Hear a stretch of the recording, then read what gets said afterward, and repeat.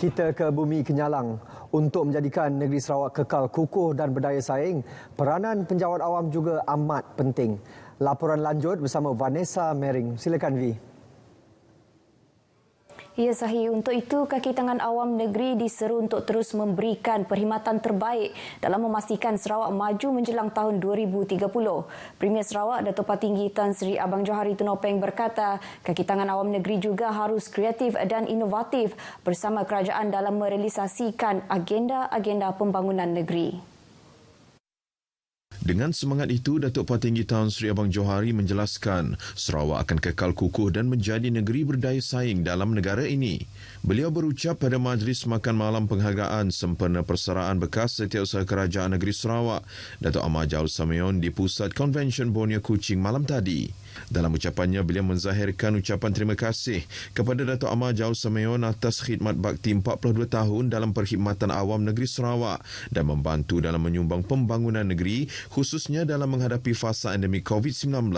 Sementara itu, dalam ucapannya, Datuk Ahmad Jaul Sameon berharap kaki tangan awam negeri terus bertanggungjawab dalam memberi perkhidmatan kepada rakyat dan bekerja dengan ikhlas demi rakyat. Pada majlis itu, Datuk Ahmad Jaul Sameon turut menerima anugerah tokoh perkhidmatan cemerlang daripada Premier Sarawak atas khidmat cemerlang beliau dalam memimpin perkhidmatan awam negeri. Usaha membangunkan kemudahan infrastruktur yang diperlukan di negeri ini memerlukan sumber kewangan kerajaan yang kukuh. Justru kejayaan Sarawak memperoleh hasil baharu melalui cukai jualan dan perkhidmatan SST, komoditi minyak dan gas sejak 2019 membolehkan kerajaan menyediakan kemudahan tersebut. Menurut Menteri Pemodenan Pertanian dan Pembangunan Wilayah yang juga Ahli Dewan Undangan Negeri Kemenang, Datuk Seri Dr. Stephen Rundi Utom, pembangunan di Sebauh yang masih berjalan ketika ini selaras dengan tindakan kerajaan menjadikan Sebauh sebagai sebuah pentadbiran daerah penuh. Jadi kita bisa daya bagi gak keduanya lah kita boleh ngatur ngagak jambatan, ngagak jalan, ngagak projek-projek kebukai. Ambil boleh ngatur infrastruktur kita kedia dan bangunan sosial. Maka jalan Ulu Pendan peringkat pertama dah, peringkat kedua Benongkan Atur, peringkat ketiga sudah ada Kemenang. Nyak utang kita buat Ulu Pendan. Pada hari Sigunyin dia tu Benong dah gagak. Jalan belak kiri dia dah gagak. Jambatan nyapan delay lama kebuah ketika Covid, ketika macam-macam dia tu sudah akan aturnya ambil kenyak. Boleh jampat gitu bu. Beliau berkata demikian pada Majlis Ngiling Tikai 2022 peringkat daerah Sebauh di Balai Raya Sebauh, Bintulu. Sudah kita bisa temu jambatan tu lah. Nyangka pasal bawah boleh ada kembali kita yang akan seperti. Tu landai ke kadang kat banjir din bisa bukit. Jadi kita yang atur ya kena anak ucuk-ucit kita lah. Medak berkeni ko menua tu dah berubah landscape berubah kayak. Kemudahan perkhidmatan kerajaan seperti Balai Bomba, Balai Polis dan beberapa yang lain menurut Datuk Seri Dr. Stephen Rundi Utom akan terus dipohon melalui Ahli Parlimen Bintulu kepada Kerajaan Persekutuan. Pada majlis tersebut, beliau turut menyampaikan sijil pelantikan Ketua Masyarakat yang baharu iaitu Penghulu Masyarakat Punan Daerah Sebauh, Penghulu Nyipa Tingang dan Penghulu Iban Philip Entai. Turut disampaikan 12 sijil penyambungan semula tuai-tuai rumah di daerah Sebauh. Pada majlis tersebut juga beliau mengumumkan geran peruntukan RM20,000 kepada 7 persatuan yang bersama menjayakan Majlis Ngiling Tikai itu.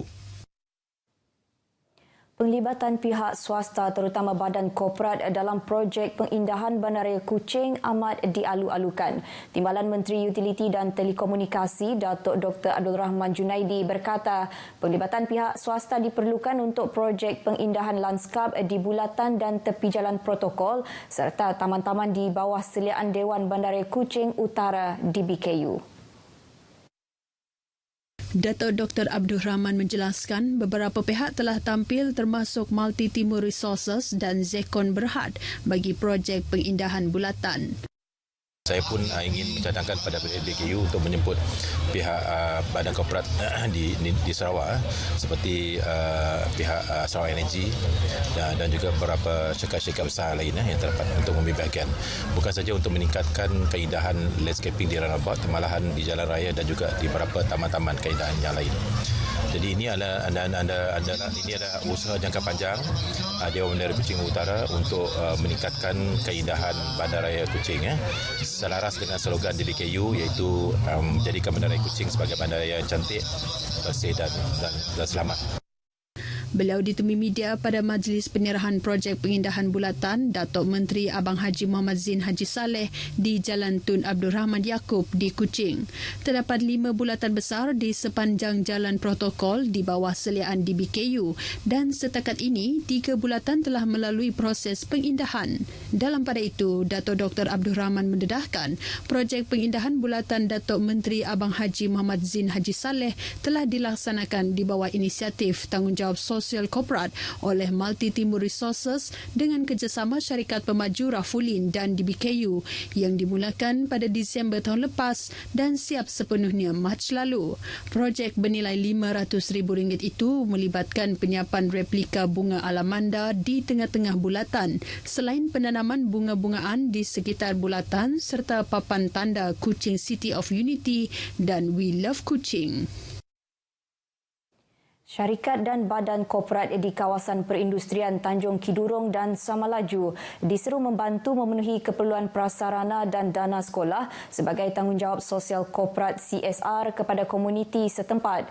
Menurut Timbalan Menteri Infrastruktur dan Pembangunan Pelabuhan Datuk Majang Renggi, menerusi CSR itu, beliau yakin ia berupaya membolehkan sekolah meningkatkan kualiti kemudahannya. Walaupun kerajaan telah memberi perhatian yang penuh kepada keperluan sekolah dan para pelajar, tetapi sokongan dan bantuan daripada individu, syarikat-syarikat maupun badan-badan bukan kerajaan NGO daripada diharapkan dapat menyumbang dari sudut prasarana sekolah. Buktinya sekolah ini telah menerima 2 projek prasarana yang dibiayai sendiri oleh syarikat-syarikat. Beliau menyatakan demikian semasa berucap pada Majlis Sambutan Hari Guru, Sambutan Gawai Raya dan Penyerahan Projek Transformasi Luar Bandar RTP di Sekolah Kebangsaan SK Tanjung Batu. SK Tanjung Batu yang berdekatan kawasan perindustrian Tanjung Kidurong telah menerima projek CSR daripada Press Metal Samalaju bagi menambah baik astaka sekolah terbabit. Manakala 2 projek RTP menerusi adun Samalaju itu iaitu pembinaan ruang menunggu pelajar dan tandas Dewan Sekolah dengan nilai keseluruhan bernilai RM200,000.